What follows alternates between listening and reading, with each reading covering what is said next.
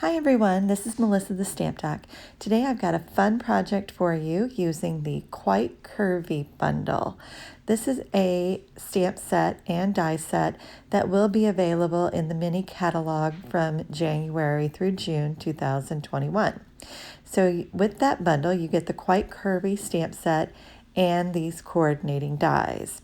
Now there is a special going on through January 4th where you can also add on the Curvy Christmas stamp set as well as some Christmas Designer Series paper. Now this larger bundle, I just checked, it's on back order until December 7th, but you could go ahead and order it now and what is in stock will probably already ship to you. The remainder of the items you should have by mid-December. But this is a great way for you to make some holiday cards and even run right into spring with some of your card making and gifts. So the project today I'm going to show you is a Christmas theme project, but I am going to show you just a very simple birthday card at the end as well. So stay tuned for that. Here is a closer look at today's project. So as you can see, I have used different strips that were cut with the curvy dies and stamped the inside with the Merry Christmas from the Curvy Christmas stamp set. I'm going to show you a fun technique for the ribbon and how to get those multicolored dots. And I also did some die cut snowflakes with the red velvet paper and used some elegant faceted gems. And this is really super easy.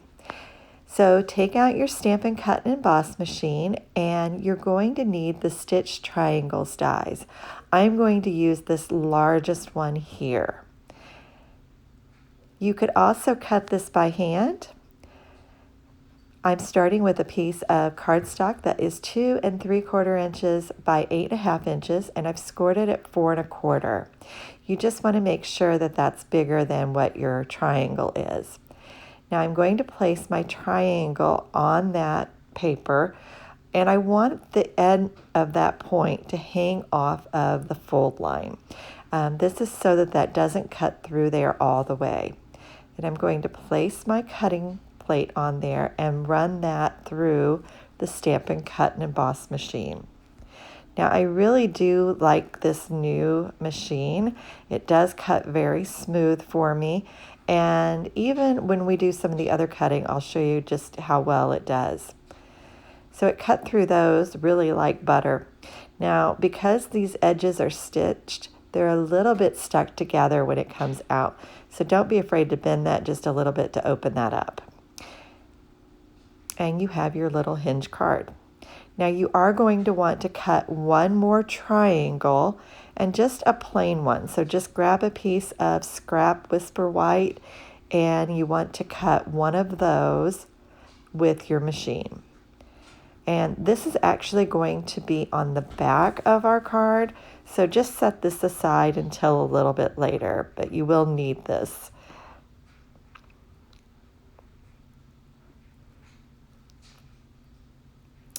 All right, so our next cutting, and this process that I'm going to show you, you're going to do this with Granny Apple Green, Whisper White, and Shaded Spruce cardstock.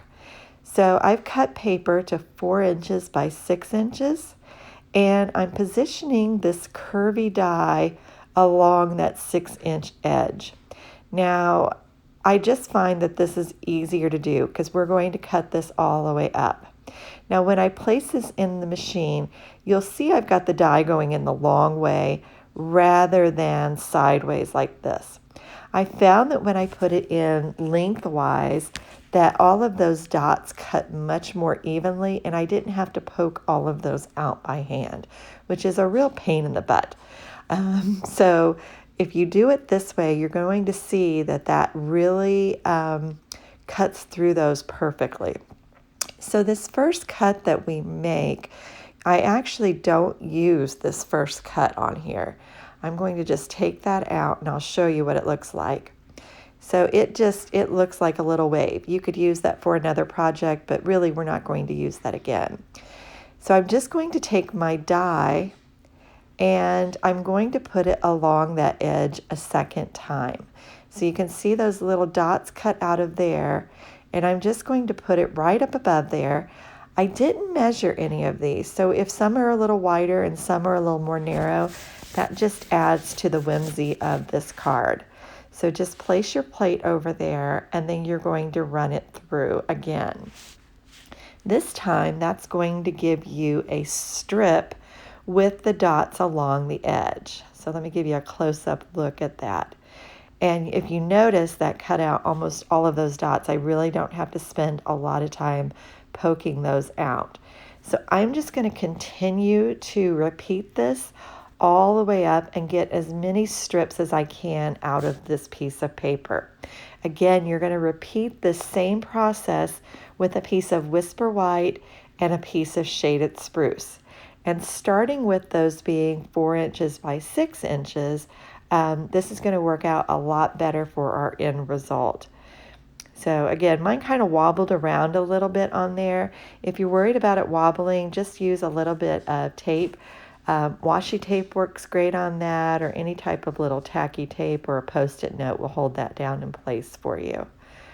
So again, I'm peeling that off, and I don't generally clean the die out every single time, but probably about every 3 to 4 times, I do go ahead and clean that out. So after a while, it does start to get where those dots aren't all coming out. So I recommend you use the Take Your Pick tool. There is this little brush attachment too, and the little pointy end, and I use both of those in order to get that out. And I do the same on the die as well. So by the time you're done with this, you end up with a lot of little dots everywhere. So the other thing I recommend that you have is a lint roller. And I just use this to get all those little dots up. I had that all over my plates and everything, so this came in very handy. Now I have a piece of Whisper White cardstock that, again, I cut to 4 inches by 6 inches.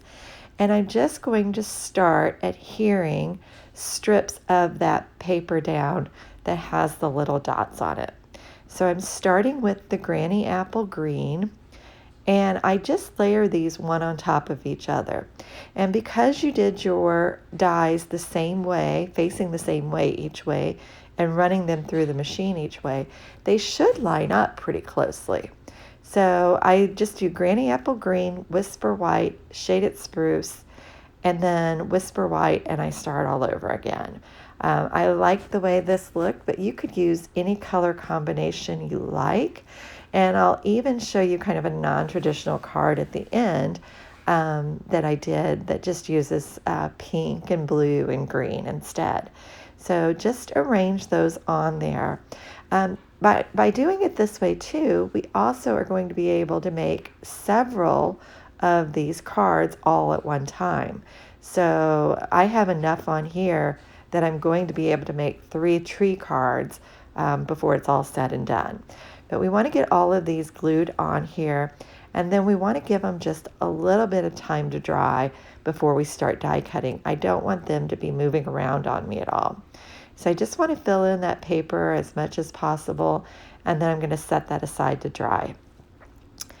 I've also got my little triangle card that we have here, and I've cut 2 pieces of Early Espresso cardstock to 1 1/4 inch squares.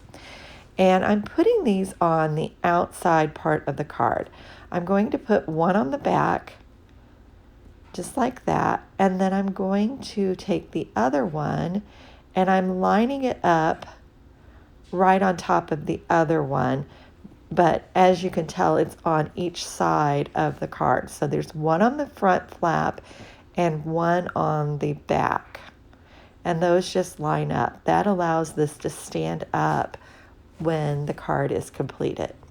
Now the other triangle that we cut, that was our spare triangle, we're going to go ahead and adhere that over that card.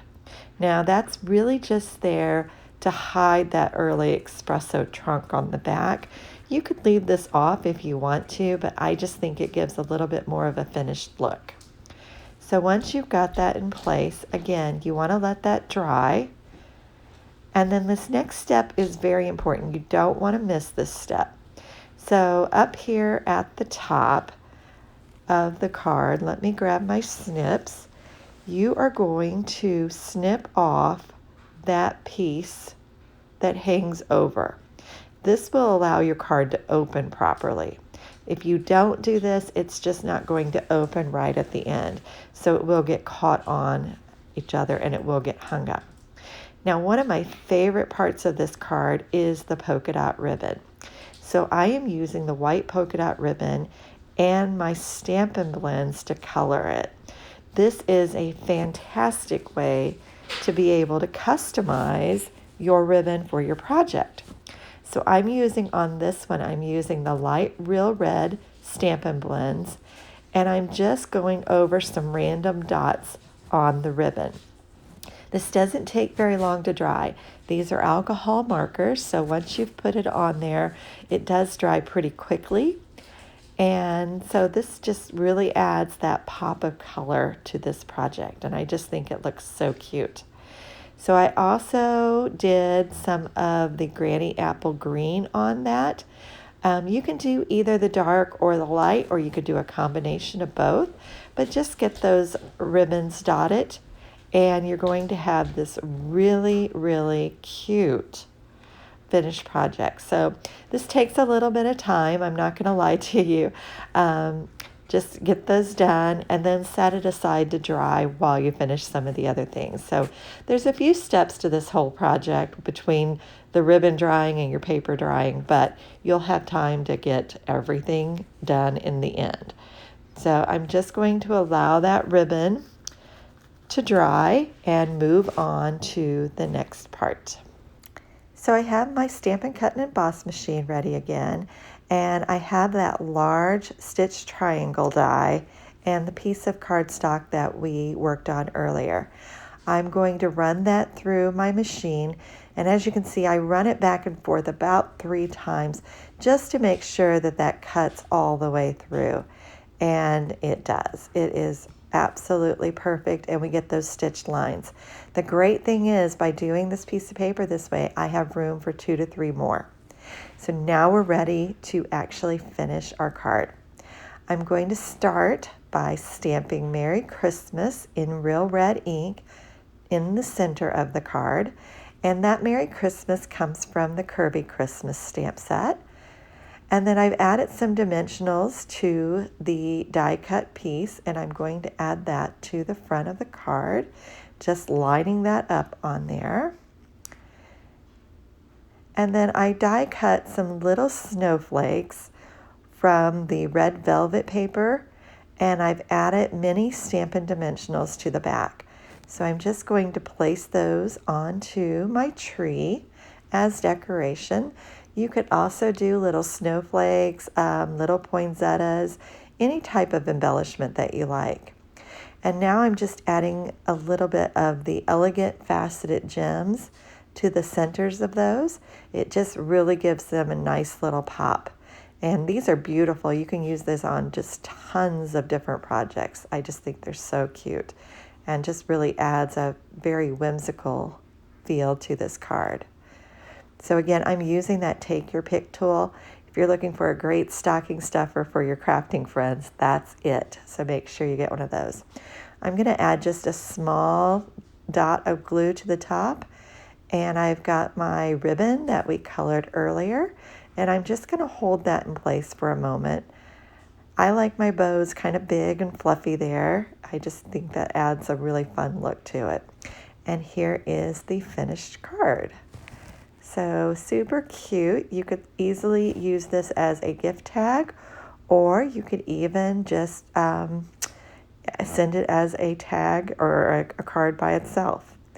Here is a really simple birthday card that I did. And again, all I did was just line up those die cuts on there and stamp the greeting. And then this was the other Christmas card I was telling you about. And on this one, I just took that same tree design and added it to the front of the card. So thank you so much for watching. I hope you like this project and you'll give it a try.